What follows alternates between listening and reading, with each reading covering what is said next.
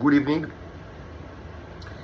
So I'm following today's replay of the GOP threesome video from I think 3 or 4 months ago. I hope you enjoyed the video. For those that are new to the subject, the topic, I wanted to clarify one thing that I spoke about a lot. Tremendously. It's like a very it's something that I iterated a lot. But mostly on kind of like a basic issue. So it was mostly discussed during January, February, March, and maybe since March I haven't even spoken about it at all because it's kind of like very basic. And I don't know if anybody of you, maybe you don't have, and I don't replay much of the videos from this earlier time. So maybe some of you just don't know, or didn't get the memo, as they say. So I'm going to, very briefly, say something that it was like an eminent kind of an understanding to the nature of the neros and the symbolic language in the beginning of this research. But maybe you find that you need this kind of tenet of the nero, both language and operation. Is in might be helpful to some people right now. In the current context. So, kind of a very early breakthrough that I had with the neros from January, I think, is that I've placed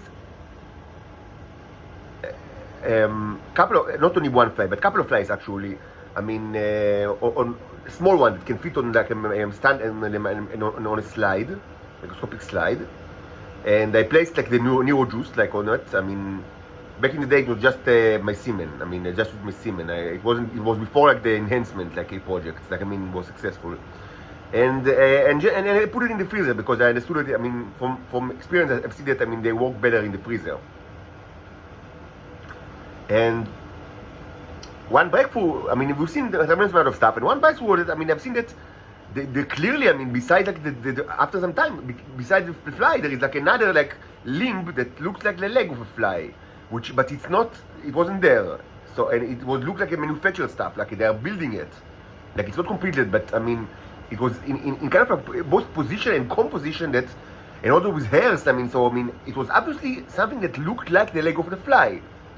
So I saw to myself, amazing, great. It's kind of they try to imitate the fly. And I still didn't know. It was. I already understood that there is a close relationship between the existence and the phenomenon of life, but it was very early. For me to understand what they actually do they kind of because it's such a complicated issue. But even at this early stage, I tried to see without much theoretical understanding of what they do.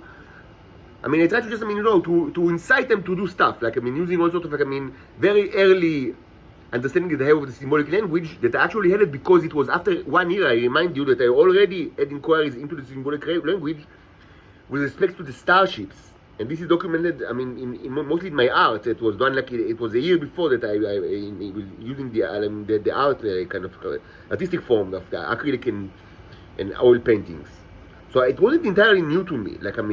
I understood that, okay, there's a language, and this language of these creatures is actually the same language, or maybe a dialect of the language of the starships. And of course, it helped me tremendously, because, otherwise, the whole thing would have been much slower, the research.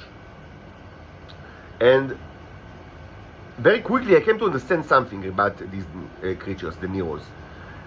They can replicate stuff, but they do not do replications in the way that is mostly seen in science fiction, which is arguably even impossible. They don't do Star Trek replication or things like that.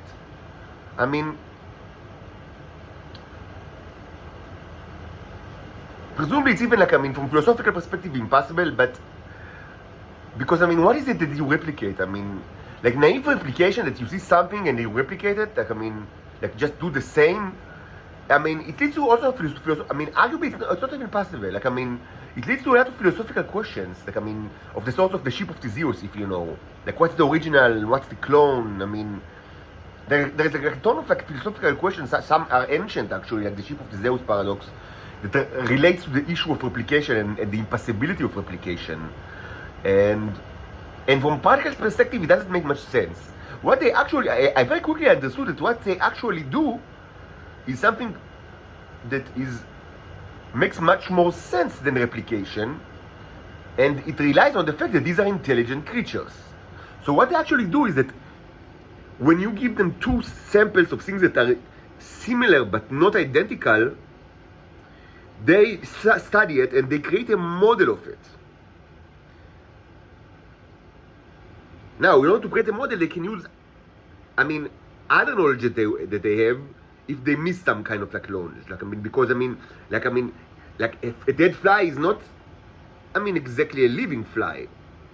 And maybe in order to understand, what's the difference between a living fly and a dead fly, they require to use knowledge that they have, presumably, let's say that they are new to Earth. They are not, of course not, but let's say that they are new to Earth. But they know flies from other places, and this is actually proven in this channel that they created flies with different morphology, in Crucible. It's in very interesting, an experiment that they will create that much later, in this room. But they know flies from other planets. Again, this is true. It's proven. You can actually see it, not flying. It didn't reach like a flying stage, but pretty big flies that were built and with morphology that is not that with skeleton and wing formations that are not known in Earth. So they can use other kinds of material like humans would have done it, to fill the gaps. And then they have a model of the thing, and when you order them, when you ask them, or when they want by their own agenda to recreate it, what they do is they do not copy each of the flies that you gave them, but they create a material object that is based on the model that they have in their collective knowledge, in a variation that fits the material and energy that they have, and also using, I would say, parameters that you can give them that, in these specific circumstances. This is actually how humans would have done it, or when you think about it, that's the way to do it. That's the correct way. It's just that, it's not entirely, it wasn't entirely, I didn't understand it immediately because, and I think that many people cannot understand it immediately because, we are too hung up on science fiction concept of atomic replication that you can replicate. But and maybe even they can do it. Maybe the problem is not the scale or the precision. Actually, the precision that is possible.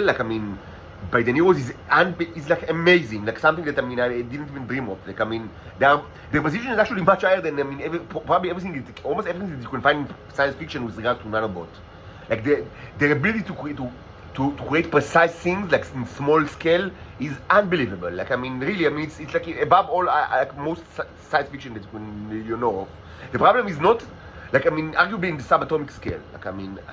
The problem is not that. The problem is that again the philosophical questions. What you actually want to do. So the correct way is to do actually what they do, which means to build some kind of a model. Now, the actual result will be something that is depends on the specimens that they used in order to build the model, and also previous knowledge that they have, and also parameters of the specific thing.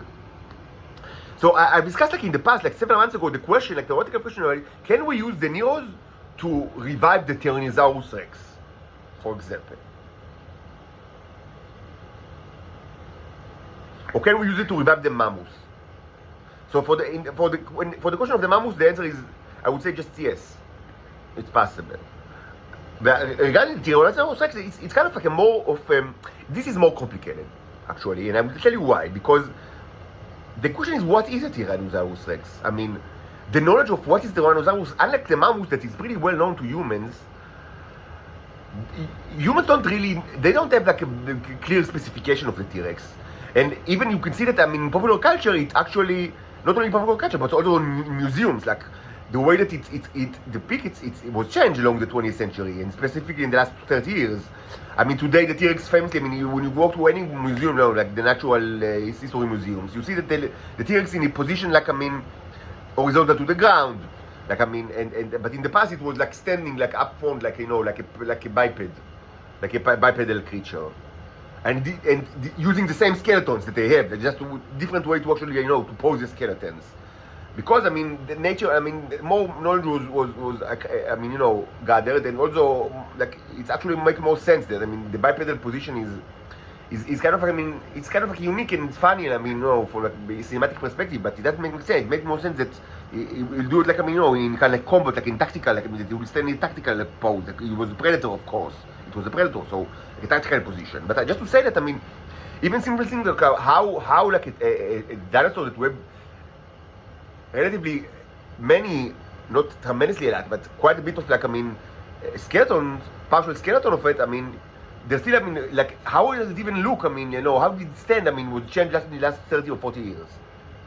So, I mean, what do you want? What do you really want, like, from the Neos? I mean, what is it you want them to revive? I mean, it's a question of what do you want? I mean, you can show them like T-Rex, like, you can show them skeleton of the T-Rex, and you can give them like maybe, I don't know, like, I don't know if there are any like living tissues preserved, probably not. Fossils for certain, so they can use the fossils. I mean, just like humans. I mean.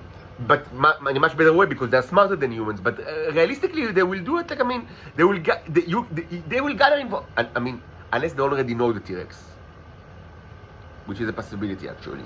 But let's say they don't know the T-Rex. I mean, it's actually very much possible that they actually know the T-Rex. But let's say they don't know the T-Rex. So you want to teach them like what is a T-Rex, and then tell them to revive this thing. So you will give them, I mean. You can give them all sorts of stuff. You can give them like the fossils. Maybe a living tissue. I don't know if it's even possible. Maybe. I mean, some kind of a tissue. I don't know. And you can give them, of course, like, I mean, maybe help. I mean, you can maybe show them Jurassic Park, like in the movie. I mean, honestly, I mean, yeah, seriously. I mean, you can give them also like popular things that, I mean, popular depiction of the thing, and they will learn from it. And they will have their own model, and maybe they will ask them to revive it and give them correct material and energy, so they'll create something alive.